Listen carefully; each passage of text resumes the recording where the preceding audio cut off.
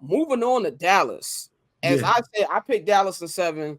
And that was because just Kyrie and Luka have been so dominant in these playoffs. I mean, just look at the teams they've beaten. I think I picked the other team in every round except for the OKC. I didn't pick OKC.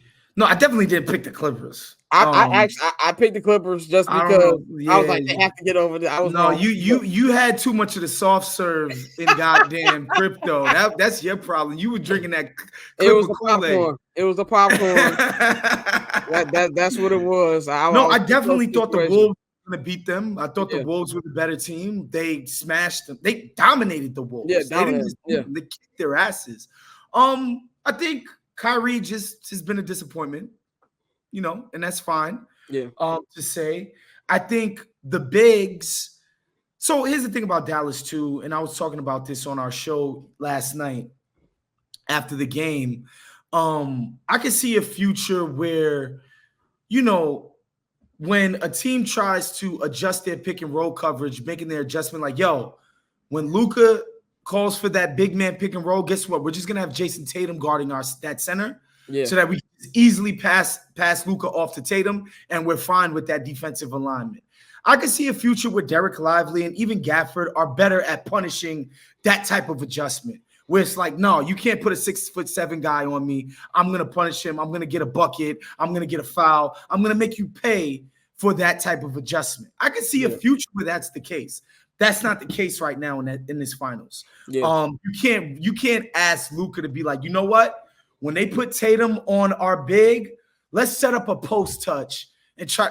That's got you here. Yeah. They're not in a position to do that. And that's not the type of thing you get good at on the fly, right? Like, these are the kind of things he's going to get stronger, savvier about positioning and footwork and all of that stuff. He's going to get his grown man strength. But in this series, I don't see that being something they go to. Yeah, right. It's definitely standing out.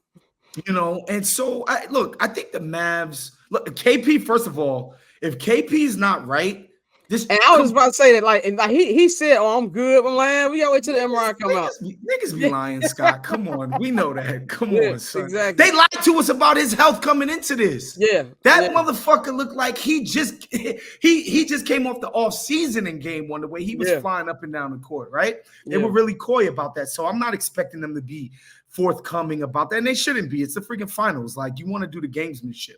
Yeah. But if KP's not right, I think this series could turn on a dime, man. Like, Luka to me is still obviously the best player in the series. And if Kyrie could just make some goddamn open shots, not get ripped by Drew Holiday 4 times a game, he's poking the ball out right now. Yeah. It's crazy. If Kyrie could get, better, and let's be honest too, the nigga's 32. He's 5'11". Like, that's not a recipe for NBA dominance. Yeah. But we've just seen him be so magician-like for so long. We just feel like Kyrie should be able to do it. But maybe he has lost a step, and these guys are hungry, and it's his former teammates, and they're motivated. And I want to say this about Boston, man.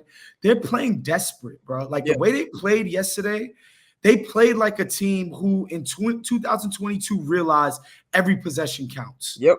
You can't take it for granted.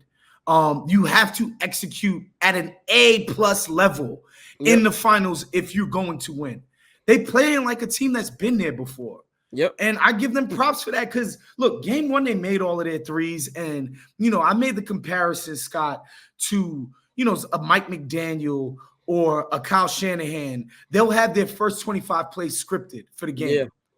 And that shit be looking crispy when they start. Yeah, once them go out and they got to actually scheme things up. Exactly, right? And so, game 1 to me was Boston had their first 25 plays schemed out. All the threes were falling, the fast breaks to this, to that, the home crowd. It was perfect. Game 2, the threes weren't falling. They had to thug it out. Yeah. And they thugged it out. They got grimy. You know what I'm saying? The dirt under their fingernails for game 2. And I respect that even more than game 1, which game 1 was a more dominating victory. But I feel like we learned more about the type of team that Boston actually is now in game 2. And so, I give them their props because I've been skeptical of these niggas because they embarrassed me in 2022. I picked them against the Warriors. I was calling on my Warriors friends like, y'all niggas is in trouble, blah, blah, blah. And they just, oh my God. Yeah, I was feeling after game 1, I was like, damn, man, my nigga Steph got to get this Finals MVP, bro. Like, I can't take this no more.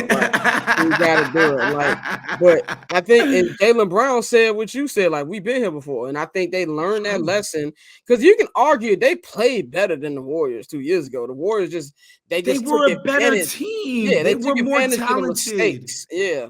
Have you seen Andrew Wiggins play basketball since? Or as Fabi says that Jason Tatum was the reason that Wiggins' family will never have to worry about eating again. Bruh. They have generational wealth because of that. Bruh. Yeah, but I think things can change. Things always change when they go to Dallas, and I hope that changes. I want to long. That paper on these player haters, old news, money on the other line, so I'm not gonna hold you. Money on the other line, so I'm not gonna